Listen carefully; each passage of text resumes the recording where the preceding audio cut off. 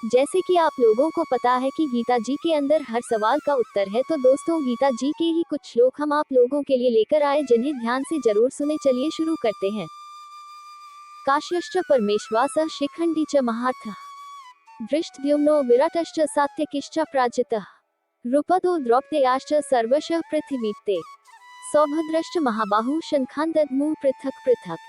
भावार्थ, हे राजा, हर एक ने अपने अलग अलग स्थानों से शंख बजाए। ये शंख थे काशीराज, महारथी शिखंडी और दृष्टद्युम्न, राजा विराट और अजेय सात्यकी, राजा द्रुपद और द्रौपदी के पांचों पुत्र और बड़ी भुजा वाले सुभद्रा पुत्र अभिमन्यु के। सघोषो धार्तराष्ट्राणा हृदयानि व्यदारयत नभशिच पृथ्वी चैव तुमुलो व्यनुनादयन। अर्थात वह ध्वनि धृतराष्ट्र के पुत्रों के हृदय को विदीर्ण कर गई, जिस कारण प्रभाव में आकाश और पृथ्वी पर कोलाहलपूर्ण शब्द गूंज उठा। पांचजन्यम ऋषिकेशो देवदत्तम धनंजय पौंड्रम दद्मौ महाशंख भीमकर्मा वृकोदर। भावार्थ, श्री कृष्ण महाराज ने पांचजन्य नामक, अर्जुन ने देवदत्त नामक और भयानक कर्म वाले भीमसेन ने पौंड्र नामक महाशंख को बजाया। अनंत विजय राजा कुंती पुत्रो युधिष्ठिर नकुल सहदेवश्च सुघोषमणि पुष्पको। अर्थात युद्ध में कुंती पुत्र राजा युधिष्ठिर ने अनंत विजय नामक और नकुल तथा सहदेव ने सुघोष और मणिपुष्पक नामक शंख बजाए। ततः शंखाश्च भैर्यश्च पण्वान् गोमुखाः सहस्वाभ्य हन्यन्स शब्दस्तु मूलो भवत। भावार्थ, फिर शंख, ढोल, पनव, नाक और गोमुखा बजने लगे। अचानक राक्षसों ने उस पर आक्रमण कर दिया और कोलाहलपूर्ण ध्वनि उत्पन्न हुई। ततः श्वेतर्हययुक्ते महति स्यन्दने स्थित माधव पांडवश्चैव दिव्यो शंखो प्रदद्मतुः। अर्थात फिर वे सफेद घोड़ों से जुते हुए विशाल रथ पर सवार हुए माधव श्री कृष्ण और पांडव अर्जुन ने अपने दिव्य शंख बजाए। अपर्याप्तम तदस्माकं बलम भीष्माभिरक्षितम पर्याप्तम त्विद्मे तेषां बलम भीमाभिरक्षितम। भावार्थ, भीष्म पितामह द्वारा संरक्षित हमारी सेना अपर्याप्त थी, दूसरी ओर भीम द्वारा रक्षित इन राजाओं की सेना पर्याप्त है। तस्य संजनयन् हर्ष कुरु वृद्धा पितामहः सिंहनादम विनद्योच्चैः शंख दद्मो प्रतापवान। अर्थात सिंह की दहाड़ के समान गरजते हुए कौरवों में सबसे बड़े और प्रतापी पितामह भीष्म ने शंख बजाकर दुर्योधन के हृदय को प्रसन्न कर दिया। अस्माकं तु विशिष्टा ये तान्यबोध द्विजोतम नायिका मम सैन्यस्य संज्ञात तानब्रवीमि ते। भावार्थ, हे ब्राह्मण श्रेष्ठ, कृपया उन लोगों की बात सुने जो हमसे भिन्न हैं। अब मैं आपकी जानकारी के लिए अपनी सेना के नेताओं का वर्णन करूंगा। भवान भीष्मश्च कर्णश्च कृपश्च समितिंजयः अश्वत्थामा विकर्णश्च सौमदत्तिस्तैव च। अर्थात श्रीमद् गीता पुस्तक अनुसार आप भीष्म, कर्ण, कृपा और समितिजय हैं। उनके नाम में अश्वत्थामा, विकर्ण और सौमदत्ति शामिल थे। पश्यता पांडुपुत्रा नामाचार्य महति च मोम व्यूढ़ा द्रुपद पुत्रेण तव शिष्येन धीमता। भावार्थ, बड़ी आवाज के साथ कहा, हे आचार्य द्रुपद पुत्र दृष्टद्युम्न, आपके बुद्धिमान शिष्य ने व्यूहाकार खड़ी की हुई पांडुपुत्रों की इस बड़ी सेना को देखो।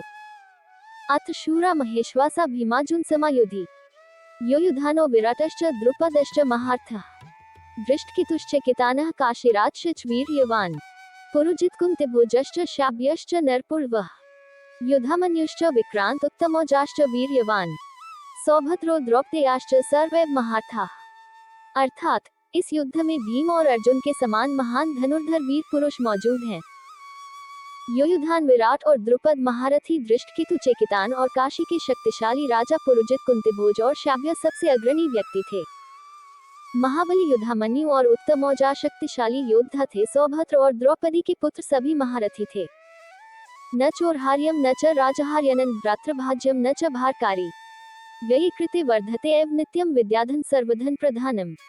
भावार्थ, विद्यारूपी धन कोई चोर चुरा नहीं सकता था, न कोई राजा भी, न कोई भाई उस पर साझीदार बन सकता था, न ही वह बोझ बन सकता था।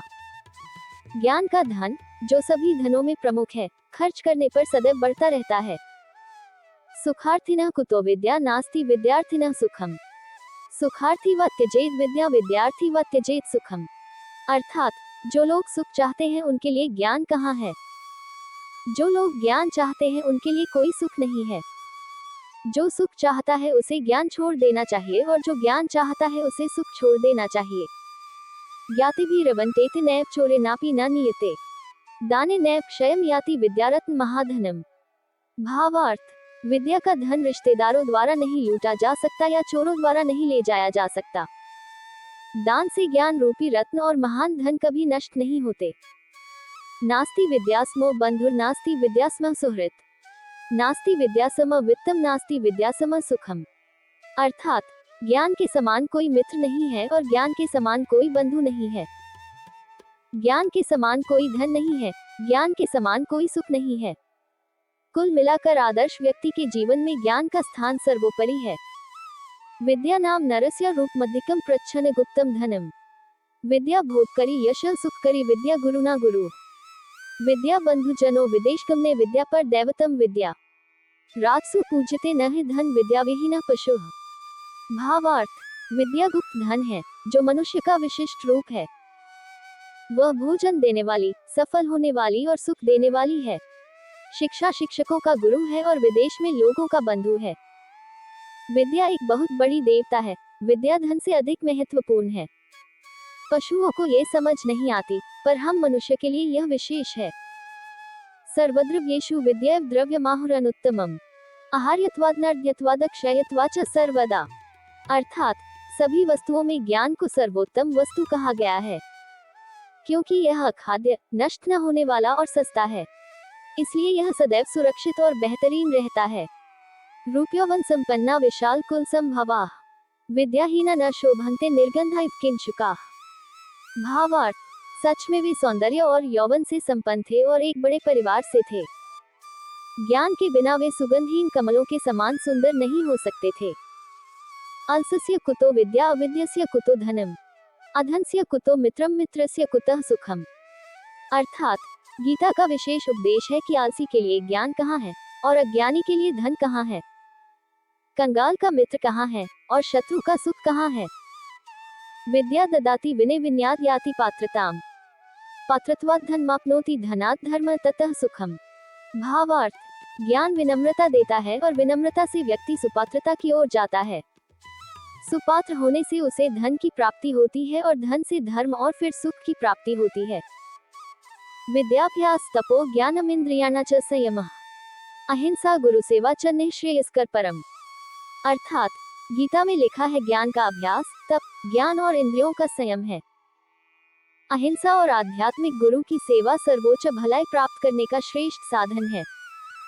क्षणशः कणशश्चैव विद्यामर्थ च साध्येत, क्षणे नष्टे कुतो विद्या कणे नष्टे कुतो धनम।